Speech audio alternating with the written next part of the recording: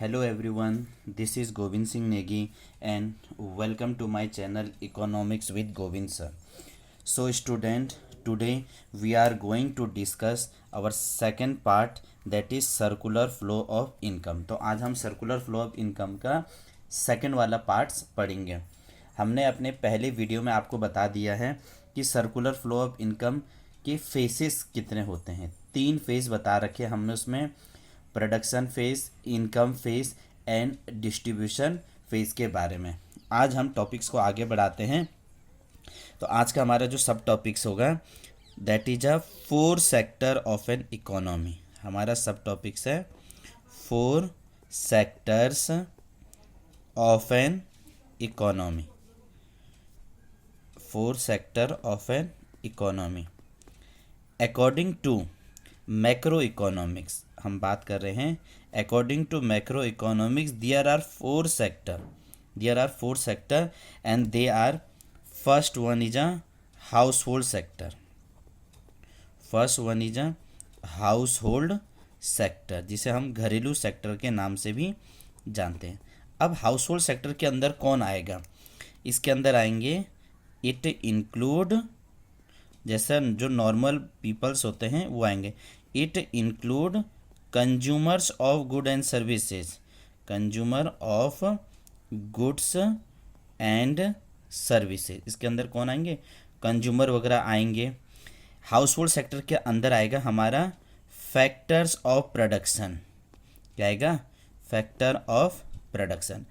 Factor of production का मतलब economy को चलाने के लिए जो काम होता है वो कौन करता है? हाउस होल्ड सेक्टर के द्वारा किया जाता है। अब फैक्टर ऑफ प्रोडक्शन हमारे पास 4 प्रकार के हैं, ये थोड़ा इम्पोर्टेंट है। First one is land, labour, third one is capital and fourth one is entrepreneur. Fourth one is entrepreneur. जो भी हम प्रोडक्शन करेंगे, प्रोडक्शन करने के लिए हमें लैंड चाहिए। लैंड करने के बाद उस पर काम करने वाले लेबर वगैरह होंगे, पूंजी वगैरह भी चाहिए, कैपिटल वगैरह भी चाहिए होंगे, और एंटरप्रेन्योर जिसे हम जो इसमें आइडियाज़ वगैरह दे सकें। तो जब हम फैक्टर ऑफ प्रोडक्शन करेंगे तो इसके बदले में हाउस होल्ड सेक्टर को मिलता है रेंट, वेजेस, सैलरीज, ये एक साथ हो जाएंगे, wages and salary, interest and the last one is profit. तो ये चीज़ हमारे किसके अंदर आ जाएंगे? हाउस होल्ड सेक्टर के अंदर आ जाएंगे, जो इकोनॉमी को चलाते हैं। Now second one is that one is a production sector. जो सेकंड वन क्या हो जाएगा? वो हो जाएगा हमारा प्रोडक्शन सेक्टर भी बोलते हैं, कहीं कहीं इसे फर्म सेक्टर के नाम से भी बोला हुआ है, कहीं कहीं इसे बिजनेस सेक्टर के नाम से भी बोला हुआ है। तो प्लीज़ डू नॉट कंफ्यूज नहीं होना है हमने कि ये सब निक नेम है, अदर नाम से इन्हें पुकारा जाता है। तो एग्ज़ाम में आएंगे तो आपको उस हिसाब से लिखना है, यहाँ पर ऐसे नहीं कि आपने वहाँ पर चेंज करेंगे। इसके अंदर कौन चीज़ आएंगे? तो हम लिखेंगे this sector include all producing units. जो प्रोडक्शन कर रहे हैं वो सब यूनिट इसके अंदर आ जाएंगे, प्रोडक्शन सेक्टर या फर्म सेक्टर के अंदर। इसके अंदर दूसरे चीज़ प्राइवेट सेक्टर भी आएंगे, इसके अंदर प्राइवेट सेक्टर भी आते हैं एंड पब्लिक सेक्टर भी आते हैं। और पब्लिक सेक्टर को हमने क्या बोला? जो गवर्नमेंट सेक्टर है वो वाले सेक्टर भी इसके अंदर आ जाएंगे। पब्लिक और प्राइवेट सेक्टर दोनों आ जाते हैं। ये वो लोग हैं, it hires factor of production. ये फैक्टर ऑफ प्रोडक्शन को क्या करते हैं? हायर करते हैं। लेकिन कहाँ से हायर करते हैं? Factor of production hires factor of production from household sector, क्योंकि हाउस होल्ड सेक्टर के पास काम करने वाले लोग रहते हैं, तो ये उनको वहाँ से क्या करते हैं? हायर वगैरह करते हैं।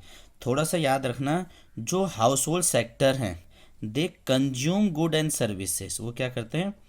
Consume goods and services. Good and services को कंज्यूम करते हैं किसके लिए? फॉर सेटिस्फाइंग अपनी ज़रूरतों को पूरा करने के लिए वह गुड एंड सर्विस को कंज्यूम करते हैं। जबकि जो फार्म है वो क्या करता है, produce good and services, produce goods and services to make profit, to make profit, अपने फ़ायदा कमाने के लिए, वो प्रॉफिट कमाने के लिए क्या करते हैं, चीज़ों का, गुड एंड सर्विस का क्या करते हैं, प्रोडक्शन करते हैं। तो ये किसके द्वारा किया जाएगा, प्रोडक्शन सेक्टर। और ये वाला जो पॉइंट है ये किया जाएगा हमारे हाउस होल्ड सेक्टर के द्वारा। अब आता है third one is a government sector, जिसको हम सरकार वाला हिसाब भी बोला हुआ है, गवर्नमेंट सेक्टर। देखो जो सरकार है, सरकार का तो आपको पता है दो ही मेन काम है। सरकार का मेन काम है क्या है, maintain social welfare, maintain social welfare, समाज की भैया भलाई वगैरह करना है, वेलफेयर की भलाई करना है। अब भलाई किससे करते हैं, जैसा maintain law and order, maintain law and order, नियम कानून वगैरह बनाने के लिए। जो डिफेंस के से उसमें किया जाता है, सेक्टर वगैरह में किया जाता है। जो भी काम इन्होंने हाईवे वगैरह बना दिया है, या जो इंफ्रास्ट्रक्चर के डेवलपमेंट वगैरह करना है, ये सब काम किसका हो गया, सरकार वगैरह का काम हो गया, कि ताकि हमारी इकोनॉमी भी आसानी से चला जा सके।